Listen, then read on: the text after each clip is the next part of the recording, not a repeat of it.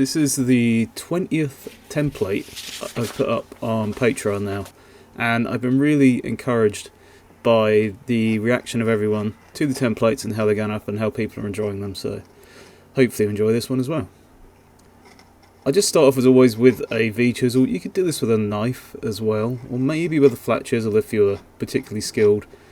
Just carving out all the outline and all the areas that I want to be more pronounced with these lines. And basically, it's every single line on the carving.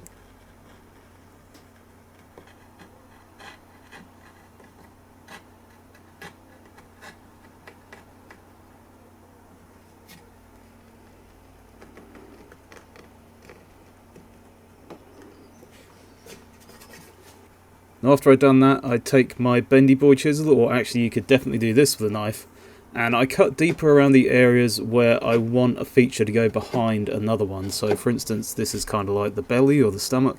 I want that to appear like it's going behind the leg, right?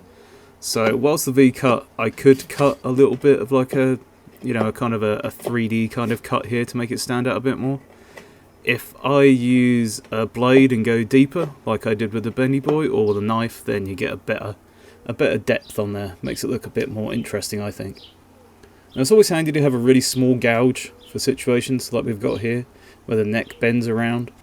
You'll probably find that a small gouge helps you in lots of different ways, but mostly to clean up little areas that are quite hard to get to.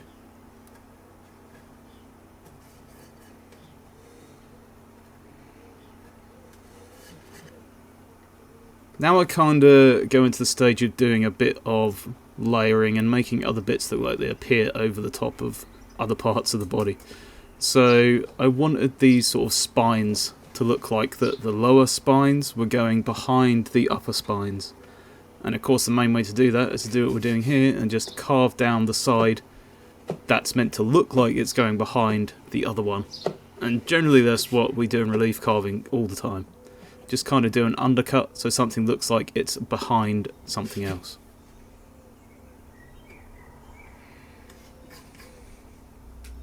I wanted to round over the claws because I thought they looked a bit weird being flat.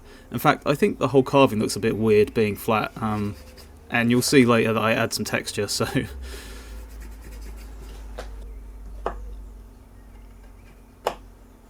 If you like this kind of stuff and you're not already subscribed, please feel free to subscribe, and you'll see a lot more wood carving stuff come your way. I always like rounding over the eyes, and I'm just using the bendy boy here, but once again you could use a knife to do this kind of thing. Some people would probably use a gouge and use it upside down to cut that part out, but I've never really found that works very well for me, so I always prefer to do it this way with a flat chisel. Then I thought those spikes on the back of the dragon's head looked a little bit flat, so I decided to make those look layered as well, like they were kind of going underneath the one above, sort of like we did with the spikes.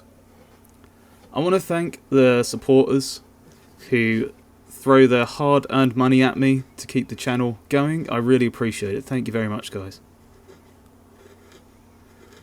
So a lot of thing you don't see behind the scenes on this is after I do this bit, which is basically just adding texture with a gouge and then with a flat curved chisel as well, is that after I've done this bit, I spend probably another hour or two cleaning up loads of little bits on the carving, but that makes for a really boring part of the video.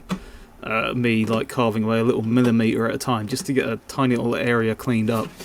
So you never actually see that, but there's quite often a lot of stuff in these videos behind the scenes that goes on that's just kind of too boring to show on camera.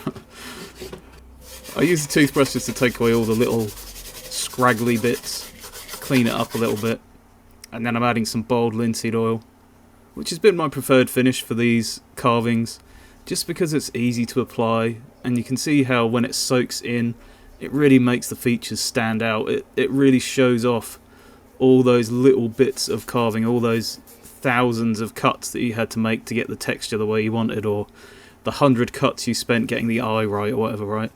It really shows all those little bits, and that's one of the reasons that I don't use sandpaper, because I like seeing all those little cuts, and I like working hard to make something smooth just with the chisels, and I really love how the texture worked out on this one. Anyway, I hope you guys enjoyed that video. I hope you guys enjoyed the template, and I'll catch you next time. If you have any ideas for future relief carvings, let me know, and I will see what I can do.